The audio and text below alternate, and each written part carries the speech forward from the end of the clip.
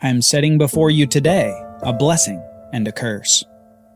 The blessing if you obey the commandments of the Lord your God, which I command you today, and the curse if you do not obey the commandments of the Lord your God, but turn aside from the way that I am commanding you today, to go after other gods that you have not known. And when the Lord your God brings you into the land that you are entering to take possession of it, you shall set the blessing on Mount Gerizim, and the curse on Mount Ebal. From the speech of Moses in Deuteronomy chapter 11. The nation is only 2 cities into the war for the land of Canaan. Only 2 battles, and Israel had already had a taste of the blessing and the curse that Moses spoke of. First they encountered blessing at Jericho, a seemingly impossible victory without the loss of a single soldier. A total victory that harbored a secret disobedience. A disobedience that would mean the experience of cursing as they tried to take on the city of Ai.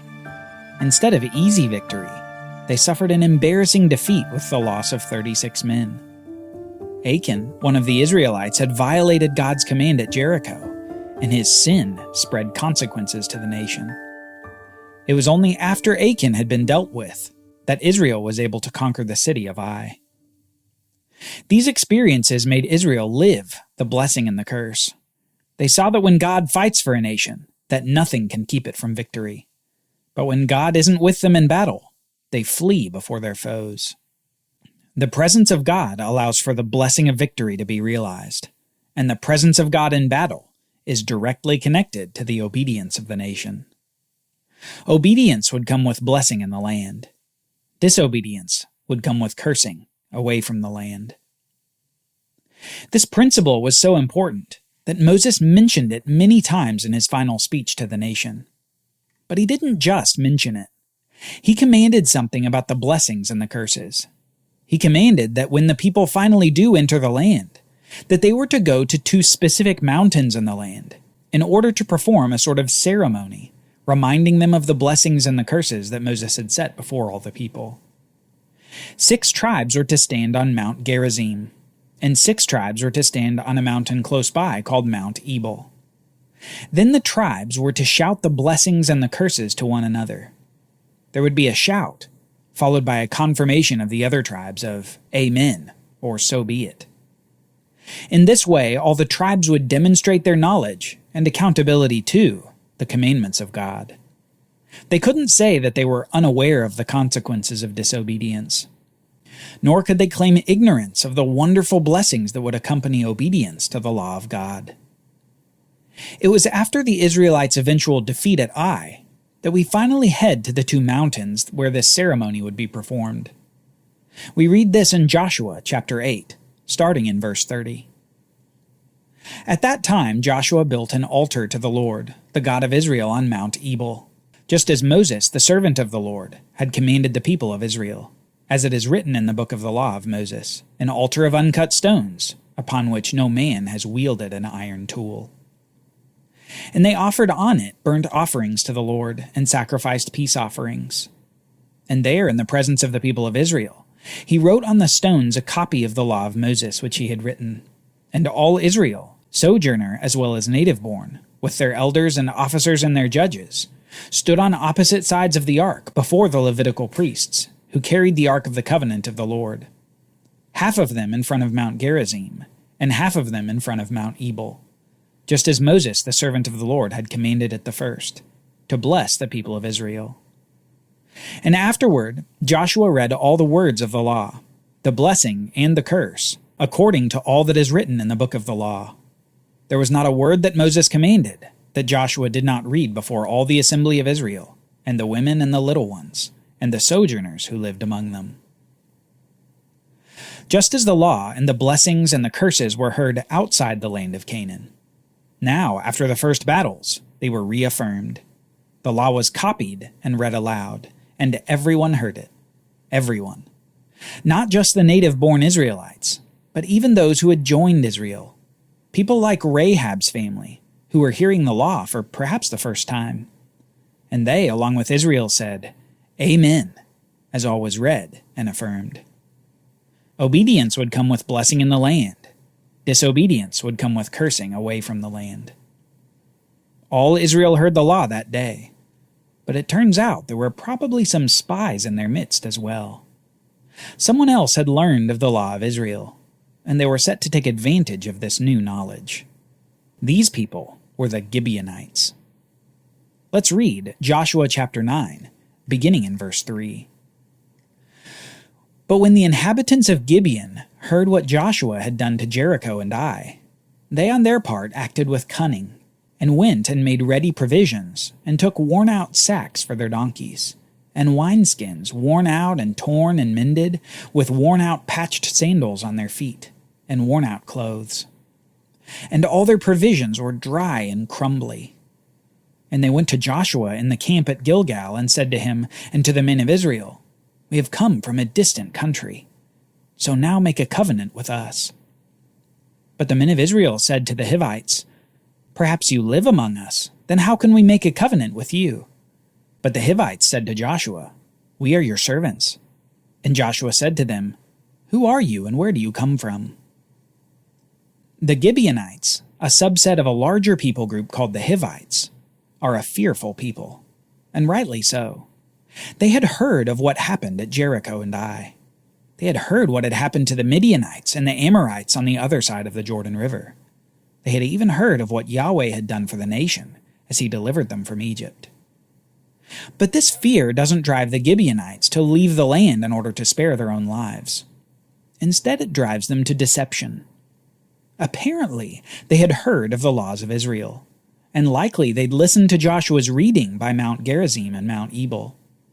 And among those laws was a command that differentiated the people of the land of Canaan from people from other lands who were merely in the land of Canaan. Through Moses, God had commanded that the people of the land of Canaan should be completely wiped out. Everything that breathed in a city should be killed. And remember, this was done for this reason, that they may not teach you to do according to all of their abominable practices that they have done for their gods, so that you sin against Yahweh your God. And yet, for distant cities, or for those who are merely in the land of Canaan, but not of the land of Canaan, the policy was one of forced labor.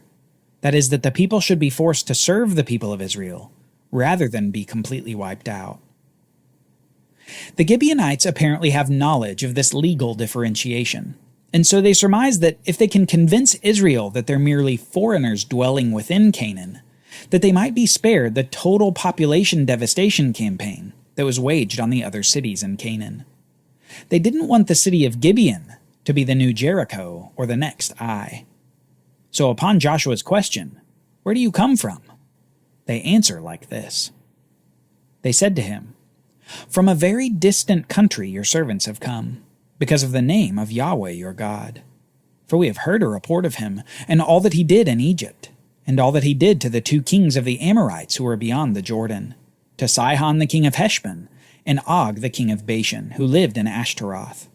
So our elders and all the inhabitants of our countries said to us, Take provisions in your hand for the journey, and go and meet them, and say to them, We are your servants. Come now, make a covenant with us.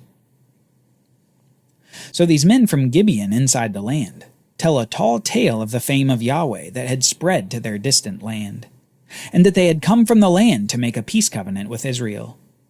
And in an attempt to prove their story, the Gibeonites show their old crumbled bread, their worn-out clothes, and broken wineskins. False evidence of a long journey that they had supposedly been on to find Israel from this distant land. And sadly, Israel falls for the ruse without so much as a prayer to God. We read this in verse 14. So the men of Israel took some of their provisions, but did not ask counsel from the Lord. And Joshua made peace with them, and made a covenant with them to let them live. And the leaders of the congregation swore to them. The Bible itself gives us a sense of the foolishness of Joshua and the Israelites in this moment. They're so convinced by this false story that they don't even ask God what to do. They had sense enough to inquire deeply into these people who wanted to make a covenant with them, but they failed in not seeking counsel from the Lord about them. The failure of Israel is foolish indeed. They agree to a peace covenant with those they are supposed to destroy, and they make a forbidden covenant with the people of the land of Canaan. But no sooner had they made the covenant then the truth comes to bear. At the end of 3 days after they had made a covenant with them, they heard that the Gibeonites were their neighbors and that they lived among them. And the people of Israel set out and reached their cities on the 3rd day. Now their cities were Gibeon, Chephirah, Beeroth, and Kiriath Jearim. But the people of Israel did not attack them, because the leaders of the congregation had sworn to them by the Lord, the God of Israel. Then all the congregation murmured against the leaders.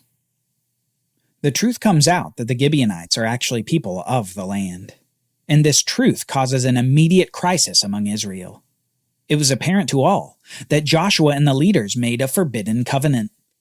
You can imagine the trepidation of the camp upon finding that out. Would God punish them for this unknowing breach of the law in making this covenant? Could they annul the covenant even though they'd sworn to uphold it by the name of Yahweh? Should they just kill all the Gibeonites as they should have done in the first place? Well, the leaders decide to uphold the covenant because they had sworn by Yahweh himself to uphold it. Joshua summoned the Gibeonites, and he said to them, "Why did you deceive us, saying we are very far from you, when you dwell among us? Now therefore you are cursed, and some of you shall never be anything but servants, cutters of wood and drawers of water for the house of my God." They answered Joshua, "Because it was told to your servants that for certainty the Lord your God had commanded his servant Moses to give you all the land, and to destroy all the inhabitants of the land from before you. So we feared greatly for our lives because of you, and did this thing. And now behold, we are in your hand. Whatever seems good and right in your sight to do to us, do it."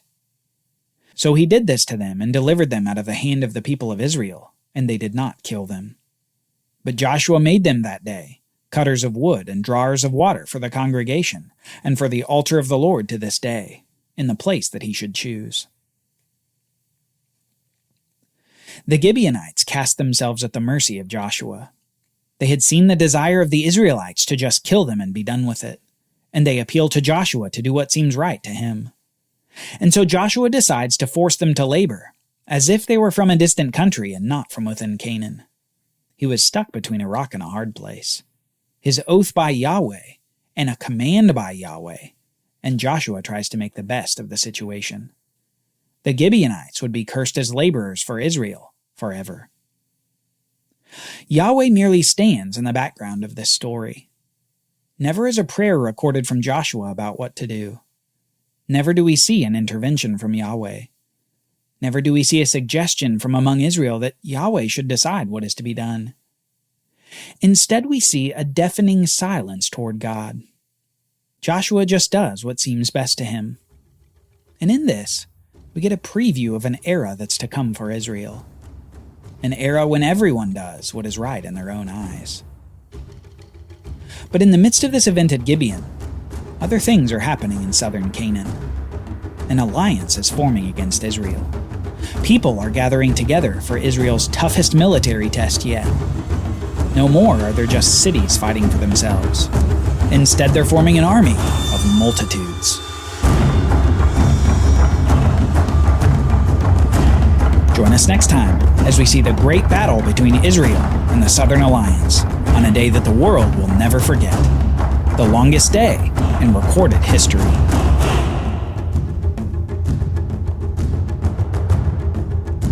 For Bible readings, reflection questions, and quizzes, don't miss the Bible Brief app.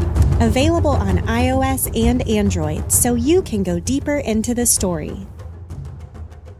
The Bible Brief is a project of the Bible Literacy Foundation, a nonprofit dedicated to helping you learn the Bible.